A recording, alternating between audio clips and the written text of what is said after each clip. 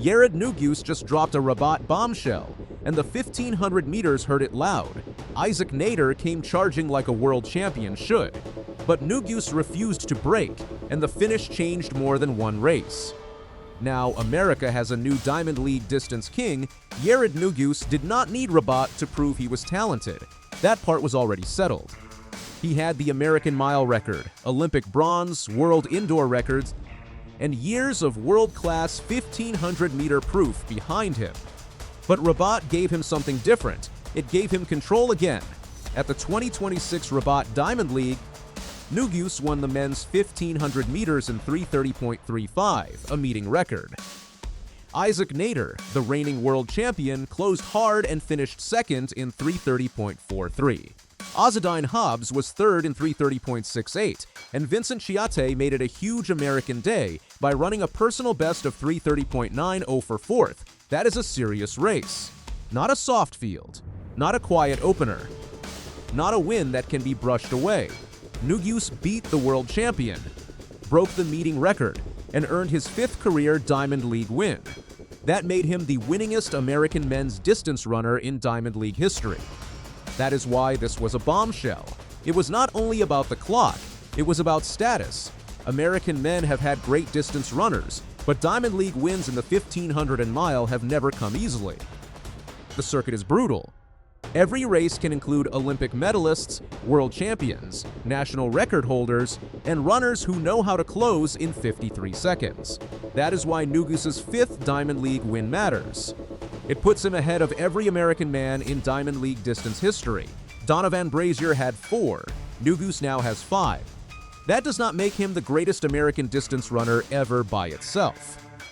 But it does say something clear. On this circuit, against this level of international pressure, Nuguse wins more often than any American man before him in the distance events. That is not a small line in a bio.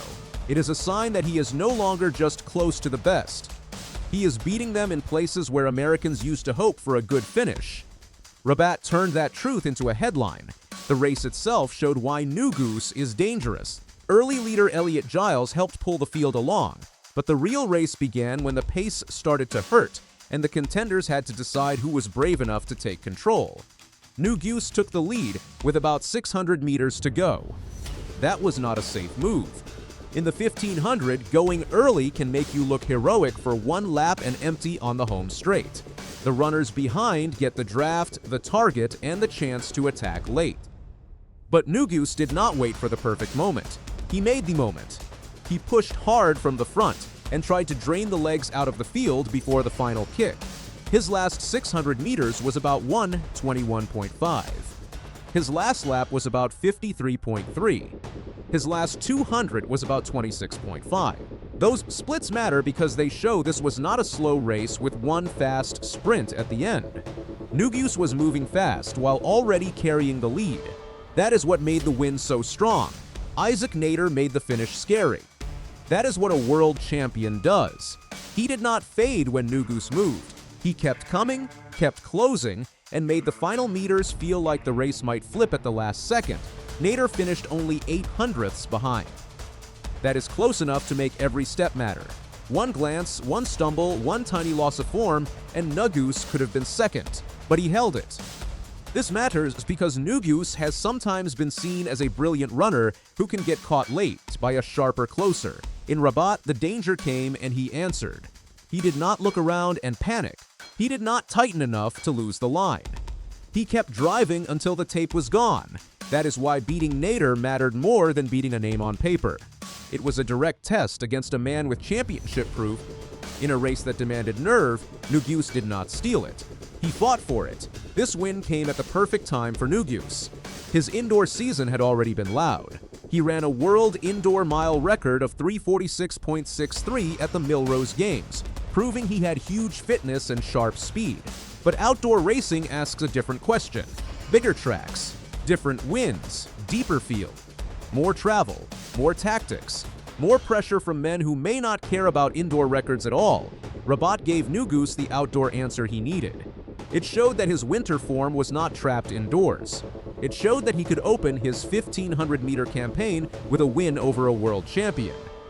It showed that he could run fast, lead hard, and still survive a late charge. That is why his post-race message felt important. He said the results showed he was back. That word matters. Not because he had disappeared, but because the 1500-meter world is moving fast, and every contender has to reprove himself. Rabat was his reproof. The men's 1500 meters is one of the hardest events in track to control right now. Jakob Ingebrigtsen is still a giant name. Hocker has Olympic gold. Kerr remains a major championship force. Isaac Nader has the world title. Fanuel Koech, Niels Laros, Hobbs Kessler, Hobbs, and others all add danger. But Rabat still changes the picture because it pushes Nuguse back toward the center. He is no longer just the American medal threat waiting behind louder names.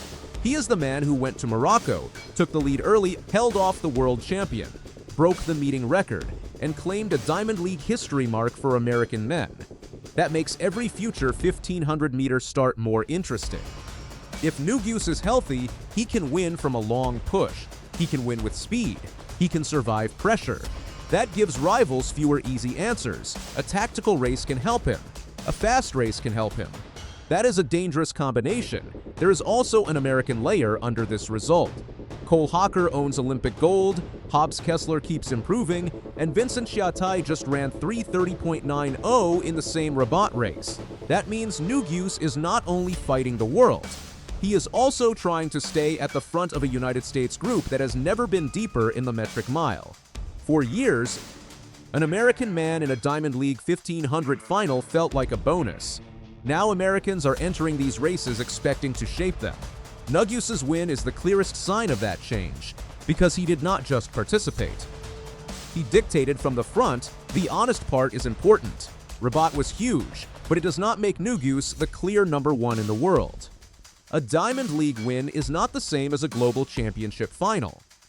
The deepest 1500-meter fields can change from week to week, and several of the biggest names were not in this race. Nuguse also still has to turn great circuit running into the biggest outdoor goal. He has medals and records, but the 1500-meter is judged harshly. Fans remember who wins when every star is in the same stadium and the whole season points to one final. There is also the danger of tactics. Leading from 600 out worked in Rabat, but another field may respond differently. A stronger kicker may sit longer, a slower pace may trap him, a hotter day may make the same move cost more. The right take is balanced. Yared Nuguse did not end the 1500-meter debate. He made sure nobody can discuss it without him. The next step is stacking proof, starting in Stockholm. The Diamond League forces runners to answer quickly, and Nuguse's goal is building the weapon that matters most later,